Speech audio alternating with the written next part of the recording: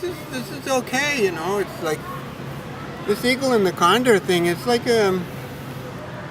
I've been watching this for like 30 years or so. You know, people come from the south and they come up and asked people from the north to come down there, and so there was the idea was that there'd be an exchange. Now when we went down and we visited with the man Francisco, he threw in a couple of pieces that I wasn't clear about. And one of them was that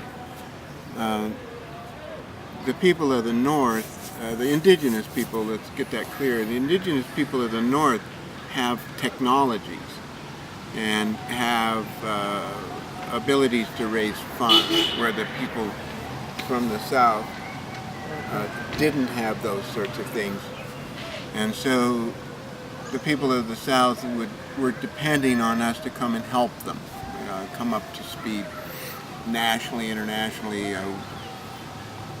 with technologies.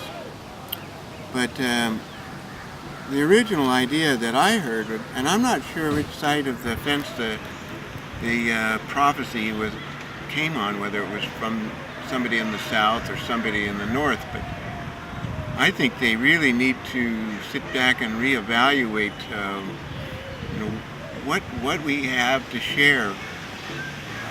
We both, as people, been beaten up pretty bad, and our cultures have been pretty well infiltrated by the European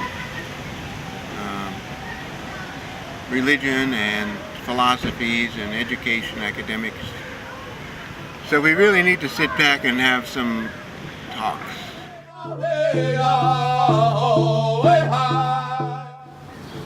What we're having to do is adapt, and I think that's what the exchange is about. How are we going to adapt to keep the cultures that we have, the systems, the philosophies, all of the ceremonies that we have? How are we going to get them into the next generations of young people with the way that the people are thinking? Kids with computers and kids with iPods. How are we going to take what I was taught about being quiet in the forest and bring it up to this speed so that people can continue to have respect for the universe? Pachamama.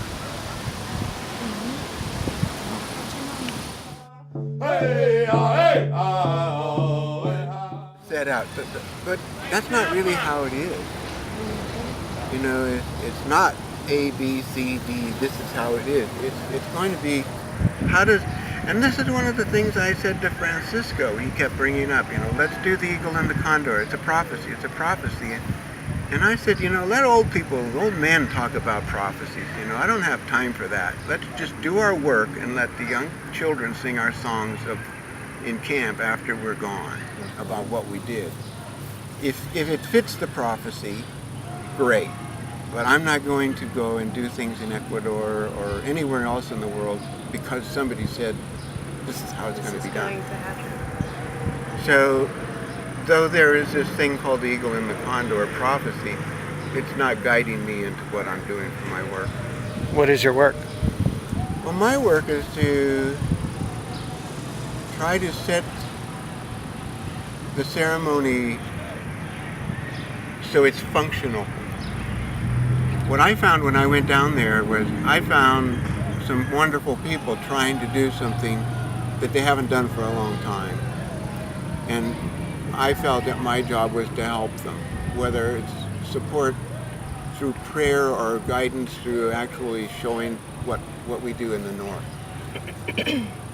But I felt like my job was to be part of the beginning, which is always hard. To get through some of the beginning stages, and let's get up and do it. Always, my job has always been, once I get decided to do something, I end up doing it. And so if somebody asks me to come and help, well, we're going to go do something. That was why. That's what.